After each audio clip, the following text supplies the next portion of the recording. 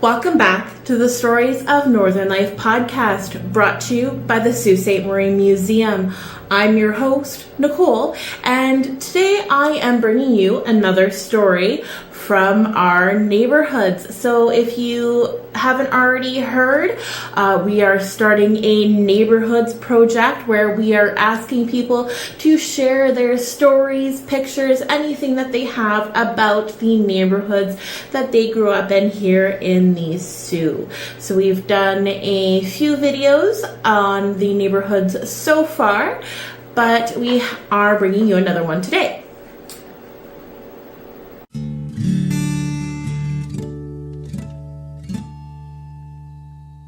The story that I'm reading you today is entitled Steelton, and it was written by Patricia Turmaine Beckett, and it was published May 18th, 2012.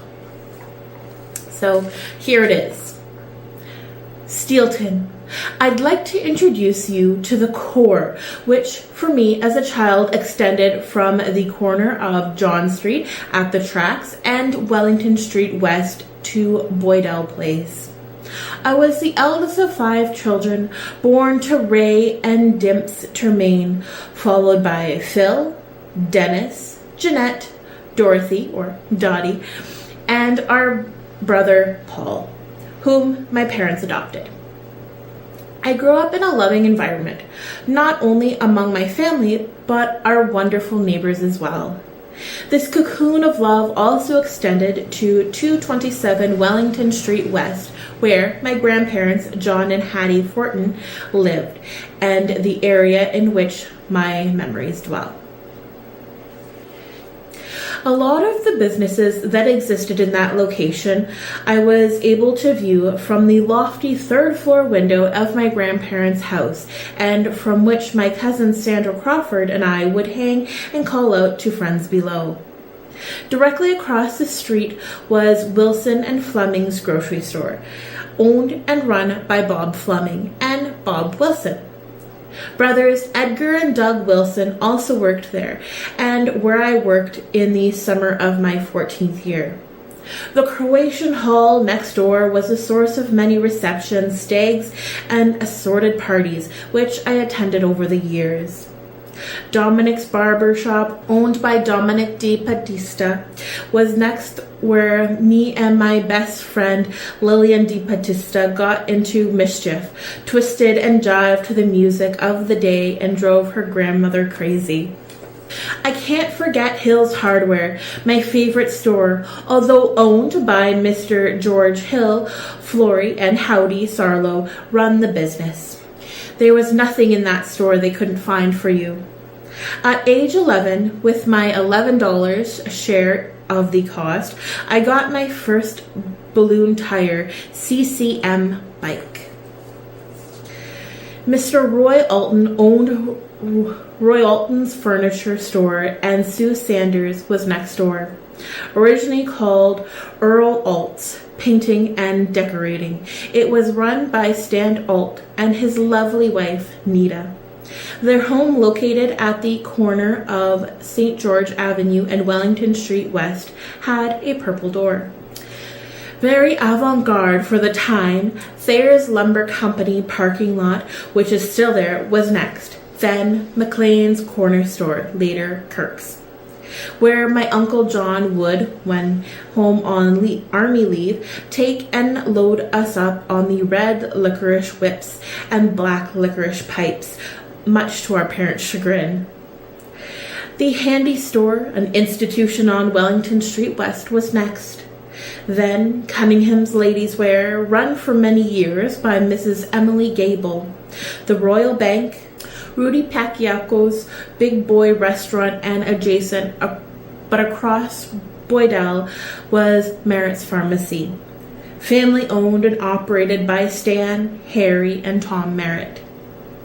On the west side, next to my grandparents' house, was a lovely little park where my wonderful pipe-smoking great-grandfather passed the time observing and chatting with passers-by. Steelton Public Library, situated on that park site, not only provided me with my childhood reading resources, but where for several weeks I had to take my younger brothers to the ringworm clinic every Saturday morning. When I was a teenager, the library moved from its second floor location to the main floor, and the upper floor was assumed by the Algoma Health Unit, where at age 17 I was hired and from which I retired 38 years later.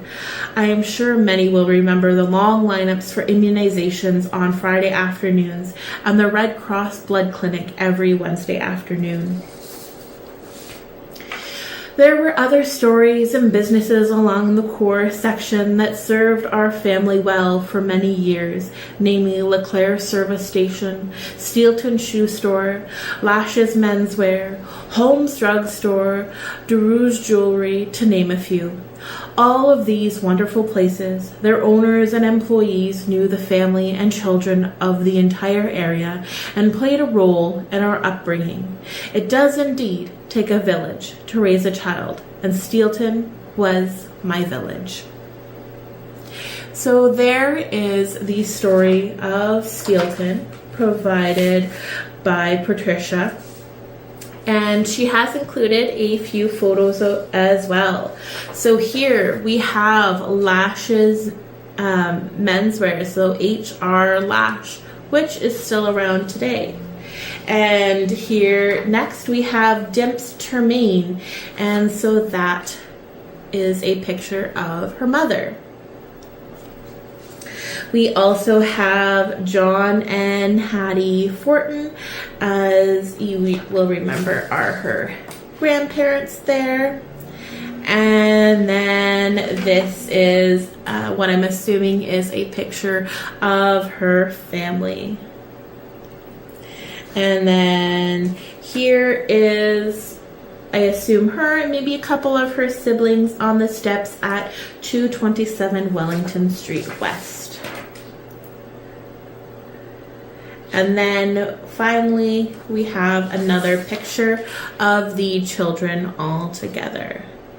So there is the lovely story of Steelton. So in this story, we got to hear a lot of the different businesses that made up her area growing up.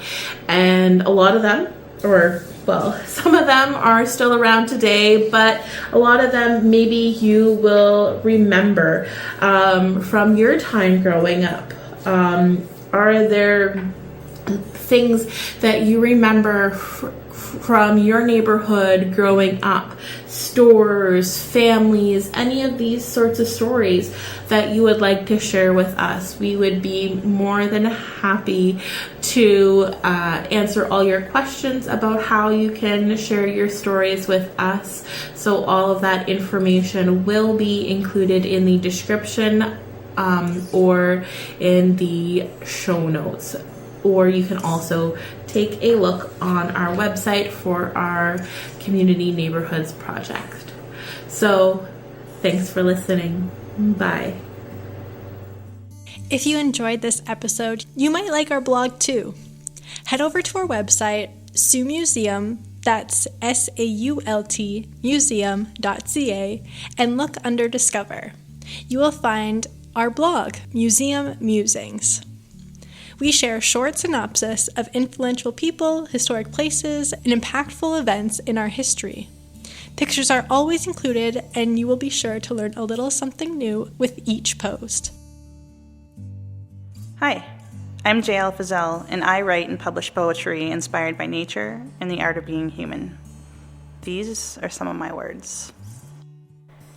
This poem is called Trees on the Art of Rest, and you'll find it in the autumn chapter of my fourth book, Human Nature. Trees do not hold on to the dying leaves they bear, nor do they cast them aside at the first sign of colder winds. Instead, they offer one final show, more beautiful than bittersweet, fire-colored memories for us to hold on to before they can take a season of rest to once more turn barren lands vibrant.